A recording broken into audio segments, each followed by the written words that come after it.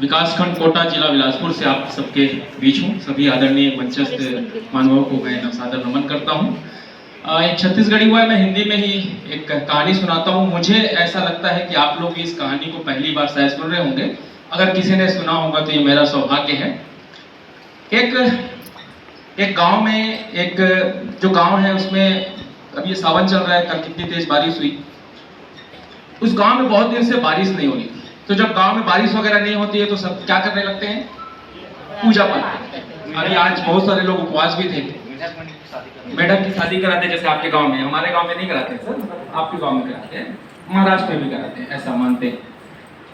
तो वहां एक चतुर किसान की मैं कहानी बताना जा रहा हूँ आप लोगों को, सुनिएगा और साथ लास्ट में पता चले कि इससे हम कितनी सारी चीजें बच्चों को सिखा सकते हैं।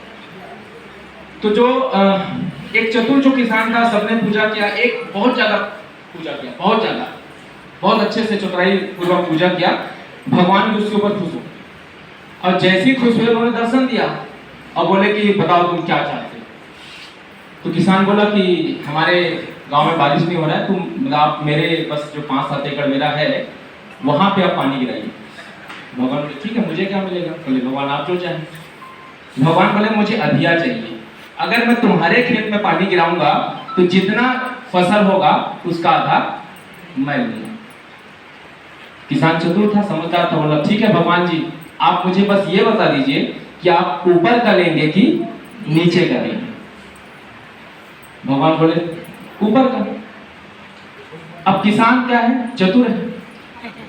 अदरक, आलू, गाजर, लहसुन, फली, जितना जमीन के नीचे होता है सबको वो दिया। भगवान जी 6 महीना बाद जब फसल आती है, नवंबर दिसंबर पहुंचे, बोले बताओ मेरा हिस्सा, जितना भी जड़ी भूसा ये सब चीजें था वो दे दिया। बोला ये ऊपर का आपका है और नीचे का मेरा। भगवान बोले बहुत चतुर निकला, मुझसे ही खेल गया। अगली बार फिर उस गांव में पानी नहीं गिरा। फिर चतुर तो किसान है ही, समझदार है, पूजा की बहुत सारी अलग अलग विधियां जानता है। फिर उसने पूजा किया, भगवान पूजा करने के बाद आना ही है। भगवान फिर आ गए। अब भगवान बोले देखो मैं पहले बोल रहा हूँ अधिया तो लूंगा, लेकिन मैं इस बार नीचे कर लूंगा। अब किसान तो बहुत चतुर है। किसान क्या किया इस बार? ज्वार, बाजरा, धान, गेहूं, जो फुन्नी सबसे ऊपर में होता है ना, उसको बो दिया। भगवान फिर आए तो जड़ी को काट के दे दिया। भगवान बोले अरे ये तो बहुत ही ज्यादा एकदम समझदार है, देखो हमारी ही कृति है, मनुष्य कितना समझदार, कितना चतुर है, मुझसे बार खेल जाता है, मैं हार जाता हूँ। भगवान फिर तीसरे साल पानी नहीं गिराए। बोले इस बार तो इसको छोड़ूंगा नहीं, इस इंसान को। फिर पूजा पाठ किया किसान, और जब फिर पूजा पाठ किया, फिर भगवान जी बोले मैं पानी तभी गिराऊंगा जब मुझे तुम नीचे का भी दोगे और ऊपर का भी दोगे।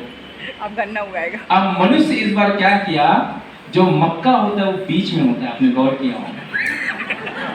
और इस बार पूरे खेत में क्या लगा दिया? मक्का। और जब भगवान ने ऊपर का काट के नीचे का जड़ दे दिया। तो ये एक चतुर किसान की कहानी है। भगवान उस गांव में चतुर मतलब अगले साल में पूरे गांव में पानी गिराने लगे।